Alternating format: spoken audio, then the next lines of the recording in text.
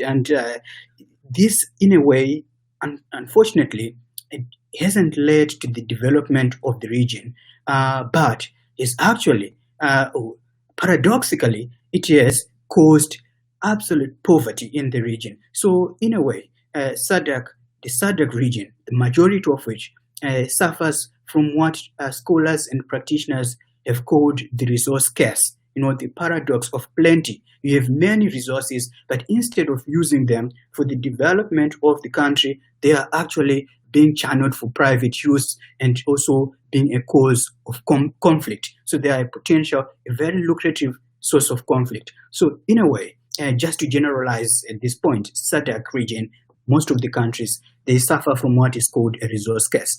Secondly, in terms of corruption, the perceptions, as you know, or some of you may know, that it is very difficult, if not impossible, to measure the levels of actual corruption. So it is very difficult. You can't really measure actual corruption. What you can do, rather, is to measure perceptions. This is what international bodies, international watchdogs, such as Transparency International, for example, which is really in the lead, the largest international NGO in the field of anti-corruption, measure perceptions every year. And year after year, they've always shown the same results, consistent. The sub-Saharan African region is the worst region affected, hardly hit by corruption.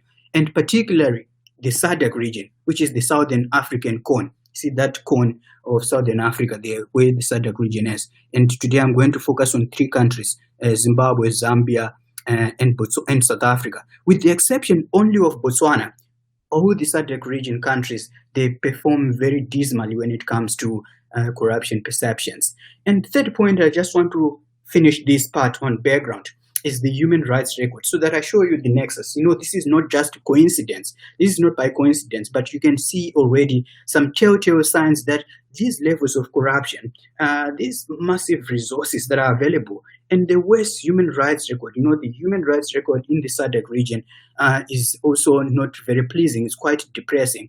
This is, for example, South Africa, which is the richest country in the region, probably one of the richest, if not, I think, the second after Nigeria, but of course, probably the richest per capita than Nigeria in the sub-Saharan Africa. This is the picture of typical shanty towns in the capital of South Africa, in Johannesburg. So you see, people live there in abject poverty. So human rights records, whether be it socio-economic rights, civil and political rights violations, they are really not respected in the region. So there is these countries, all the countries I'll be talking about today, they have a very depressing human rights record. So this is just the background that I want to use to show you that under certain circumstances where you have all the extreme cases, extreme human rights violence cases, you have extreme corruption, very bad corruption levels, and also you have these resources that are a lucrative source of corruption.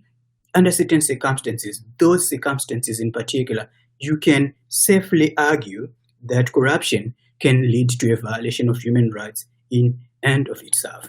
So what I will cover in today's presentation is this. So I want first just to give you a very short crash course onto the nexus, the topic, the subject between corruption and human rights. So what is the relationship between these two, corruption and human rights, violations actually, to be specific. So between these two social evils, corruption and human rights violation, what is it that connects them together? What is the relationship or the nexus?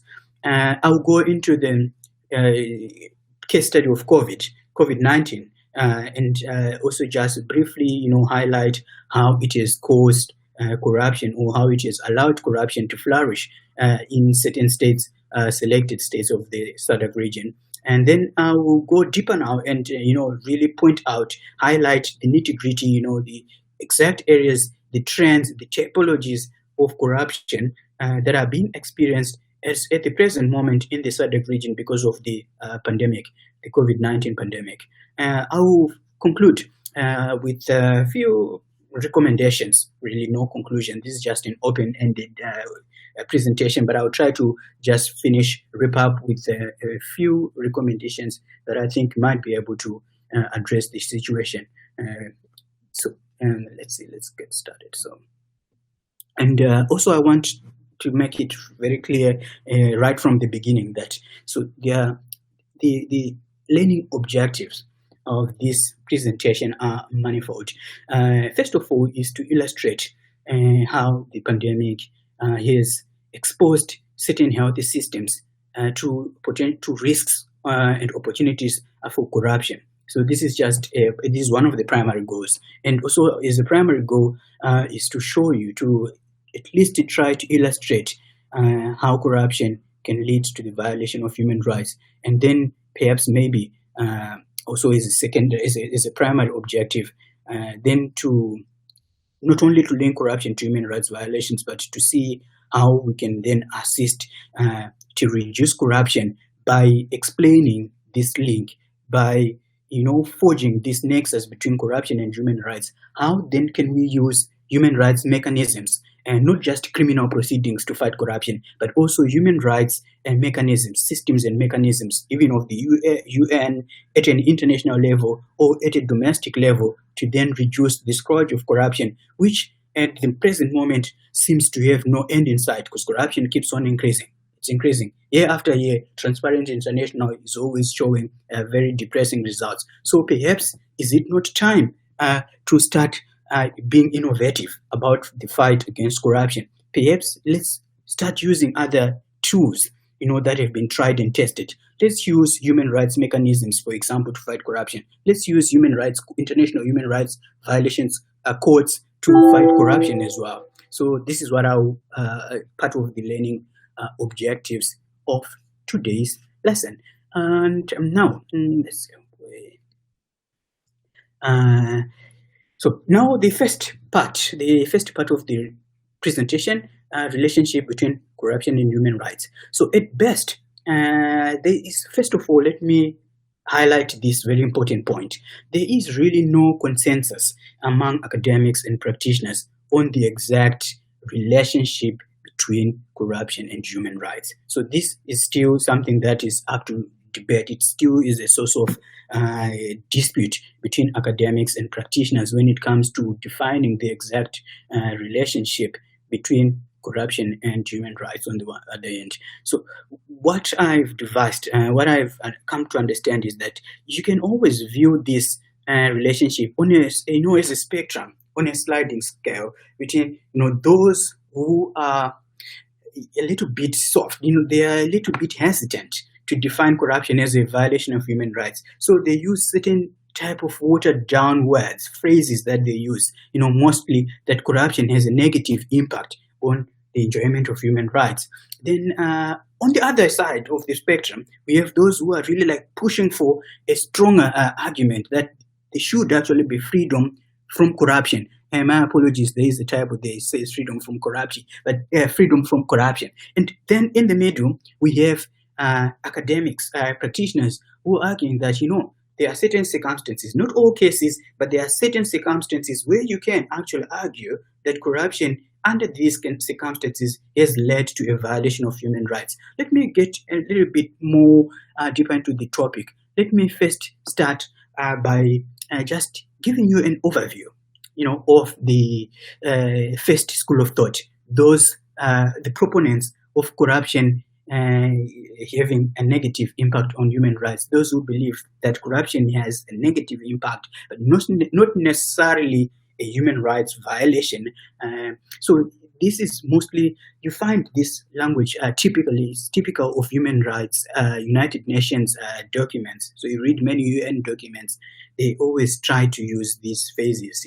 They are a bit hesitant to actually, call corruption a violation of human rights. So I've highlighted about 1, 2, 3, 4, 5. Five cases, 5 of the common phrases that they use.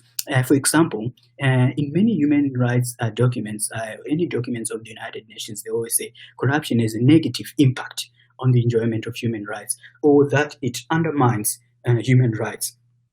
Some reports also say that corruption does have a grave and devastating effect on the enjoyment of human rights.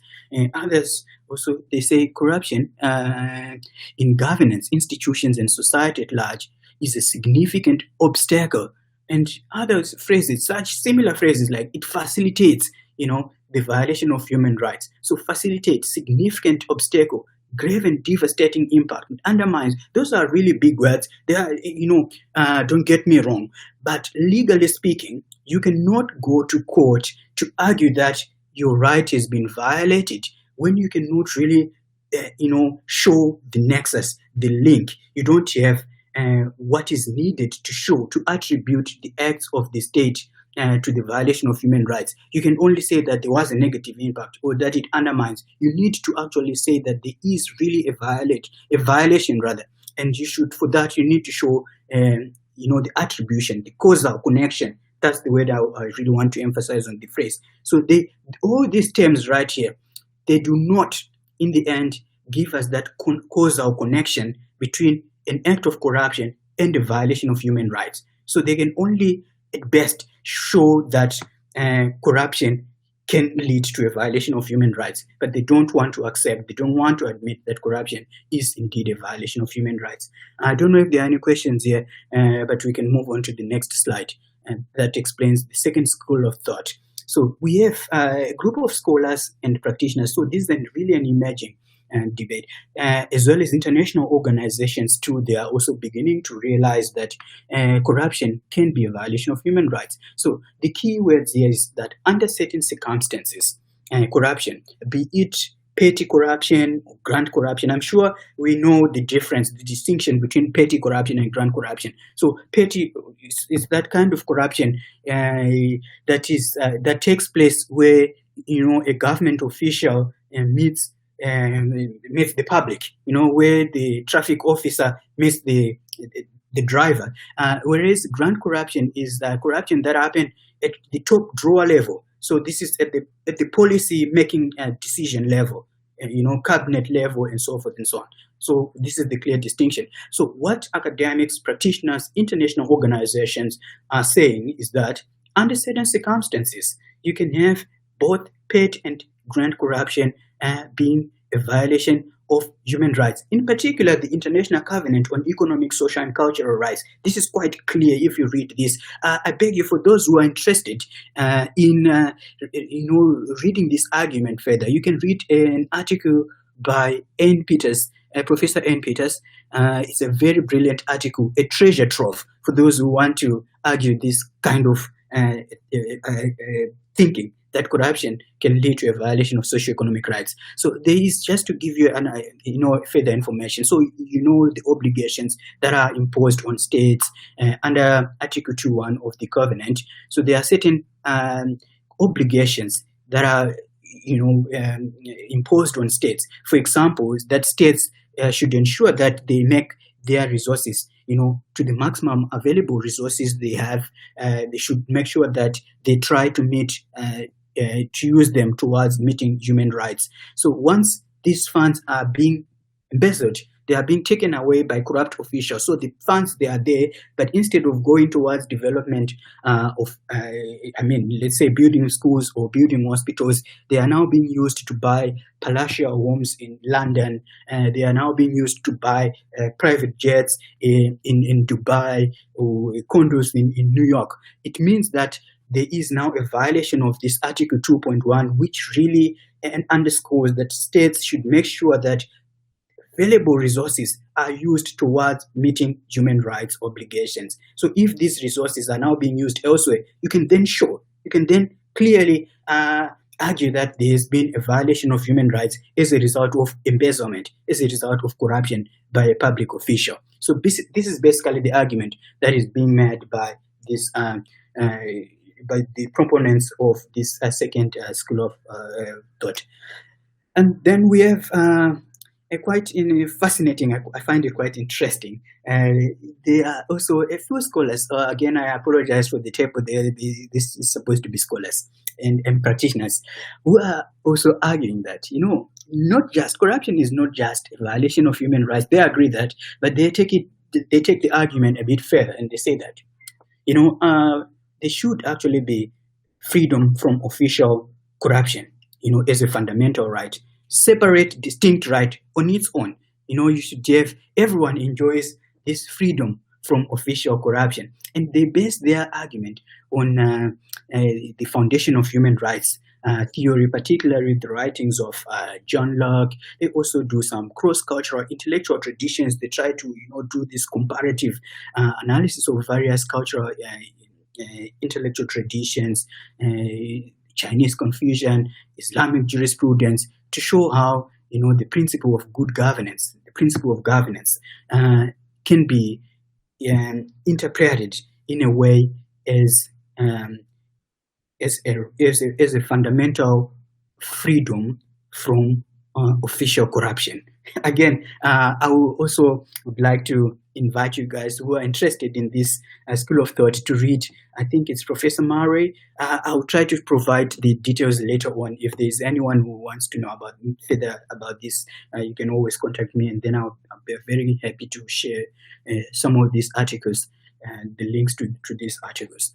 Okay, so this is all I have to say just for now about this relationship between corruption and human rights, and go on and give examples and so forth. But due to the limits of time, let me just proceed to the next part of the presentation, which is and just a brief analysis, discussion of COVID-19, the coronavirus pandemic, as a cause of corruption. So this is a cause of corruption, something unprecedented. And why is that so? Not only in the SADC region, but in many countries, the responses to COVID-19, have really ushered in some unprecedented levels of corruption. Despite having these anti-corruption standards that we have, but politicians, particularly officials, government officials, they're still finding ways to cut corners, particularly in procurement processes.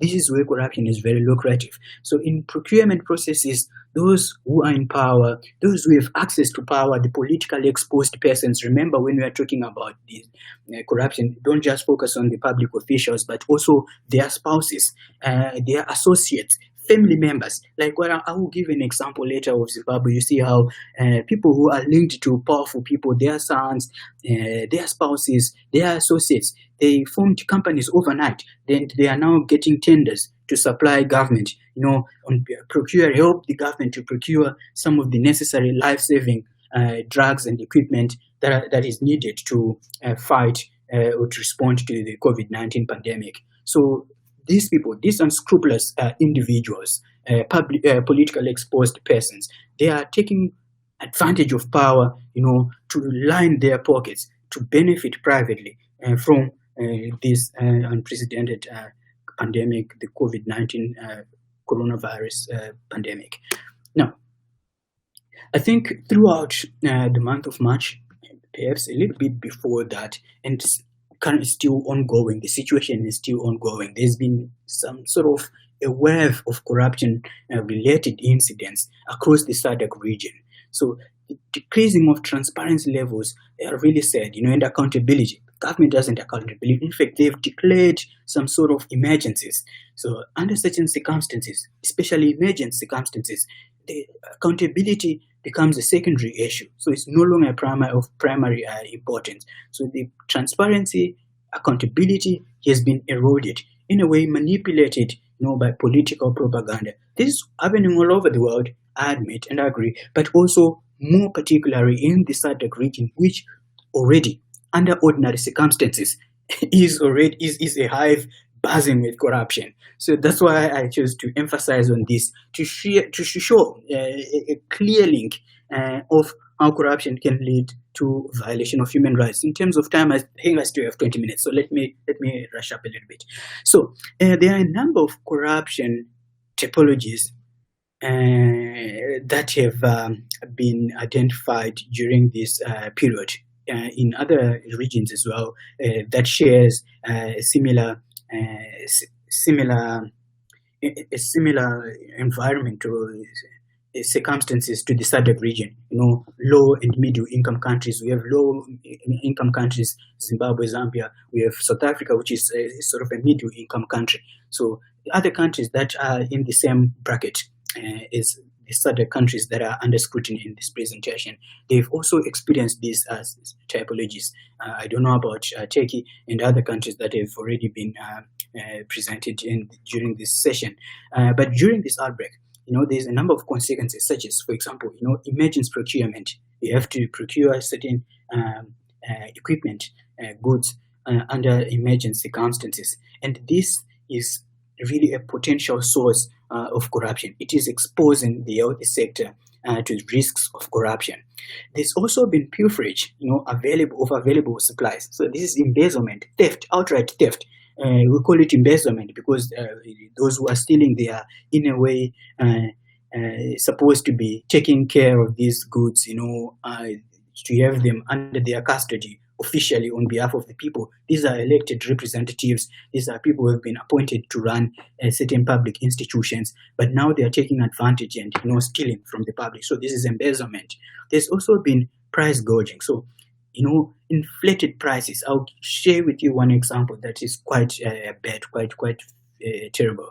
So price gouging, and even these unscrupulous people, they don't have any shame. So they resell on grey and black markets goods that are being donated. Some countries, they are well prepared, better prepared to fight such pandemics, developed countries, and they've been donating to developing countries in the SADC region. But instead of these goods that are being donated going to where they are needed most, they are now being sold on grey and black markets by these unscrupulous politicians.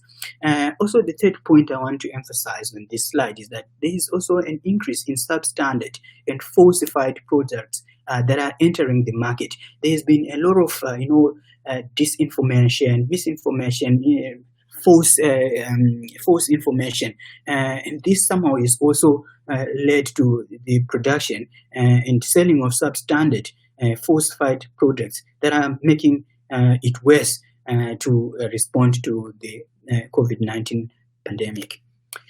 And now I want us to, with this background, having discussed so far the relationship between corruption and human rights, and also the causes of corruption. Why is it that corruption is now raising its ugly head even much higher during this period?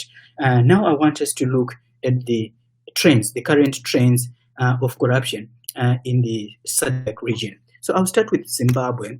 But before that, let me just give you a general point. So this is applicable to all the states under review. So this pandemic, as I think I've mentioned maybe in passing, has seen and given an opportunity to those who are unprincipled to take advantage of the emergent situation to abuse their power for private gain, which is the exact definition of corruption. That I'm using for the purposes of my research.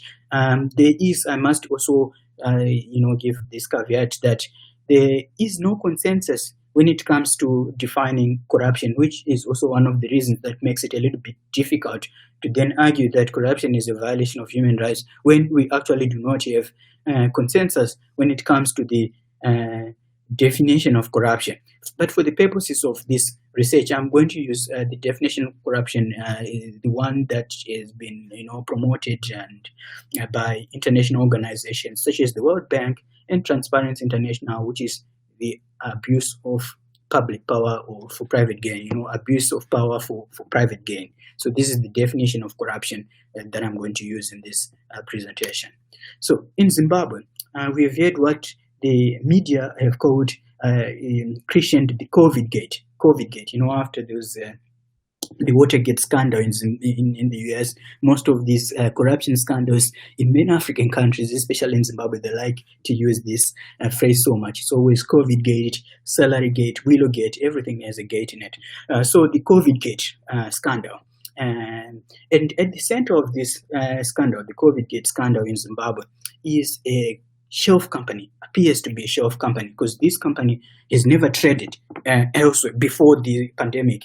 In fact, according to its internet details that are available on its website before it was pulled down, it was registered in February 2020, and it has never had any other experience trading anything else before that, prior to being awarded a multi-million-dollar contract by the Ministry of Health in Zimbabwe. So these are people who are very well connected, and they actually received the money and to provide the government with necessary equipment, those PPEs, I don't know, gloves, masks. I don't know really some of the terms, medical terms that are being used to describe some of the equipment that is needed to fight the COVID pandemic, or to reduce the chances of the pandemic, spreading. So this company, just after a few weeks of coming into existence, awarded multi-million-dollar tender. And not only that, so the Ministry of Health in Zimbabwe, is frustrating any other reputable companies that are supposed to, that traditionally they offer government with these equipments, but instead they go for these companies, these shelf companies, one that is called Drex International LLC, which is also providing, not only just stealing from the government, but they are providing equipment at a highly exorbitantly inflated price to the government. And also, in some cases, so investigative journalists, they've revealed that they are also diverting medical goods which have been donated to the government, repackage them, and then selling it again to the market, to some government agencies. So this is what is happening in Zimbabwe under this, what we call the Covidgate situation. And it is not registered. It is in Zimbabwe, according to the constitution, any supplier of medical equipment should be registered under the Procurement Regulatory Authority of Zimbabwe. But this one is not registered, but it still managed to get these multi-million-dollar contracts. I just here have highlighted just one of the most depressing example I find about this Covidgate. So, for example, you can see these are some of the receipts. So, goods that were bought from China. I think these are gloves or masks. The font is too small, but the goods they were bought from China for a price of $300 by this shelf company, and then they were sold to the state, to the Zimbabwean government, for $66,375. Same consignment, same goods. Bought $300 in China, sold to the government of Zimbabwe for $66,375. So this is how bad the situation is. And this is not like, I'm not manufacturing this. I just also give, so here is an indication. This is a receipt. This is the official receipt from the government of Zimbabwe, from the Ministry of Health, paying $66,375 for goods that actually cost, that were bought in China for $300. And there are many other examples of similar cases. You can only imagine, because with corruption, if people benefits, really there's no proof of it. Both a benefit, it's really you won't get to see the evidence. So I believe there is actually a lot of misdeeds happening under the table, under the radar. Let me now just jump briefly into the situation of Zimbabwe. So in Zimbabwe, South Africa, rather. South Africa, sorry, just a small break. This is an indication I need to drink a little bit of water.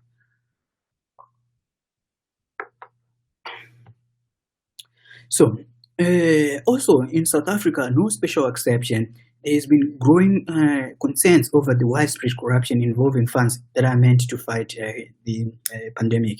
According to statistics by some watchdogs in South Africa, even the government has admitted that more than 50% of what has been set aside to fight the pandemic was embezzled by unscrupulous politicians. And South Africa, it's worse. The situation is worse in South Africa because right now it's the hardest hit country in Africa when it comes to the pandemic. It has more than 500,000 cases. So out of all the 54 states of African countries, it is the hardest hit. And then you have more than half of the funds allocated to fight the pandemic being spent elsewhere for private use. Let me just give another example to show you, to quantify it in terms of money. So more than 7 million, for example, in South Africa, just in another incident, the spokesperson to the president of South Africa, Cyril Ramaphosa, the husband of the spokesperson, was awarded a tender of about $7 million. That's about 5.9 million, just one person, because of their relations to the spokesperson. So, and there are many examples of spouses giving each other tenders. So more than about 91 big companies that are supposed to be helping the government, assisting the government in fighting the boundaries and in pushing back the boundaries and fighting the COVID virus. They are somehow being investigated for corruption. They are somehow all linked to corruption. More than 91 companies, they are already under investigation. At least in South Africa, they have mechanisms in place to try to then deal with these corrupt officials, which is not the case in Zambia and Zimbabwe. So this is just also to just highlight briefly, this is the situation in South Africa. In Zambia, also the situation is the same. What is happening in South Africa, what is happening in Zimbabwe, just the same as in Zambia. But one more, a high-profile case is the Minister of Zambia, the Minister of Health in Zambia, who is also now has been forced to resign. So as they are facing an unprecedented situation, emergent situation in the health sector, Zambia does not have a Minister of Health because he was fired. He was sacked for allegedly stealing about US 2.5 million from his ministry that was earmarked to fight corruption. Let me just also come back to the issue of Zimbabwe. In Zimbabwe too, as we are fighting the pandemic, the Minister of Health has also been fired because he is actually linked to that scandal, Covidgate scandal that I just mentioned. So we have people, not ill-equipped. These countries are ill-equipped to fight corruption, to fight the COVID pandemic because of corruption. Corruption is leading to a violation of human rights, particularly socio-economic rights and the right to health. And this will affect, of course, other human rights because it is known human rights are interlinked and interdependent. Also, just another point I really want to mention, I'm just reminded of it now. So those who are, the situation is being made worse by the emergency laws that has been declared. Also, it's making it difficult for investigative journalists to do their work, for anti-corruption activists to do their work, because the government is now using these laws to suppress any dissenting views. So in the case of Zimbabwe, for example, the whistleblower who was responsible for revealing the the Covidgate scandal is the one who is now languishing in prison. So he has been in prison since 20 July. He's been in prison on trumped-up charges. Yet the minister who is behind the $6 million scandal was just given bail of about $150. So he's out on bail after paying $150. He never spent a single night in police custody. But yet the whistleblower is the one who is now languishing in prison. So you can see already the paradox. You can also see the linkages between corruption, even to other human rights violations, such as freedom from arbitrary arrest, from torture, and freedom of expression and all those rights. So you can see how corruption can lead to a violation of human rights in and of itself. So now let me just go on to say, let me just jump quickly because I see I have only 8 minutes left. So the conclusion that I'll say is that, I think I've already underscored this conclusion that corruption really, under certain circumstances, look at it properly. Look at the provisions under the international instruments, the obligations of the state. If the obligations of the state cannot be met because of corruption, not only just the context that, we have a highly corrupt society, that there is a specific act of corruption, embezzling of funds. As a result of funds that were embezzled, there was not enough money to buy PPEs, ventilating machines. Are they called ventilators or ventilating machines? There is no money to buy those machines to help people to breathe, and people die as a result of lack of those machines. You can clearly show the causal connection between corruption and the violation of human rights, and you can also attribute it to the state. So there's clear, you have met those very important conditions that you have so far been missing in this bid to link corruption to the violation of human rights. What I'll just say by way of concluding this presentation is that perhaps certain countries can do better. At least try to have some open public procurement policies, that will foster, at least try to aim to improve so that all stakeholders are included. Public procurement should not be shrouded in secrecy, but it should be out there in the open. They should make sure that there is fairness and efficiency and accountability. Also, the government should invest in e-procurement, electronic procurement, to reduce any human intervention, which I think by now is the main source of opportunities for corruption. So you need to eliminate these time-consuming paper procedures that can be used, to then facilitate corruption. Decentralize. Once some of these things are decentralized, it will be easy then to give the grassroots an opportunity to monitor also the government, to make the government accountable.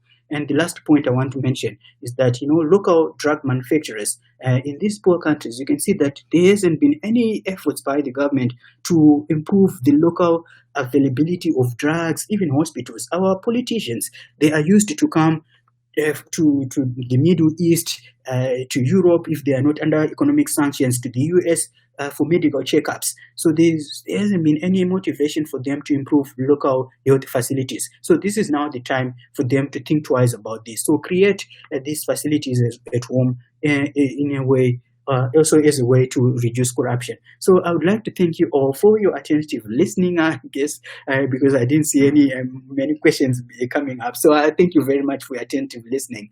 And Pınar, I've come to the end of my presentation. Thank you very much.